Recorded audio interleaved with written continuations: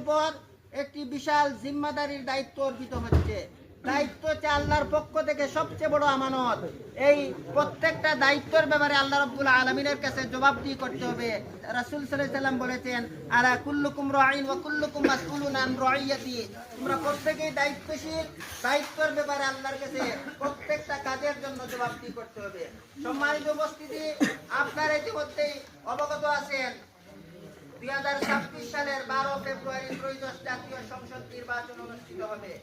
এই নির্বাচনকে সামনে রেখে ইতিমধ্যেই বাংলাদেশের প্রত্যেকটি রাজনৈতিক সংগঠন তাদের প্রার্থী ঘোষণা করেছে।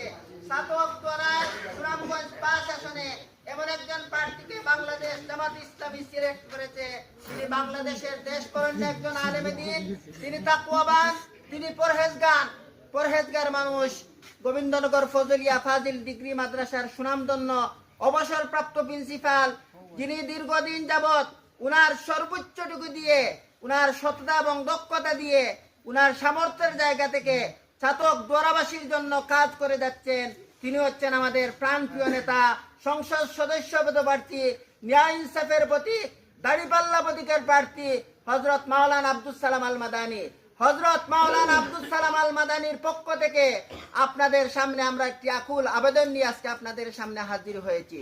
সম্মানিত উপস্থিতি, আমরা একটি মাজলুম সংগঠন। আপনারা জানেন আমাদের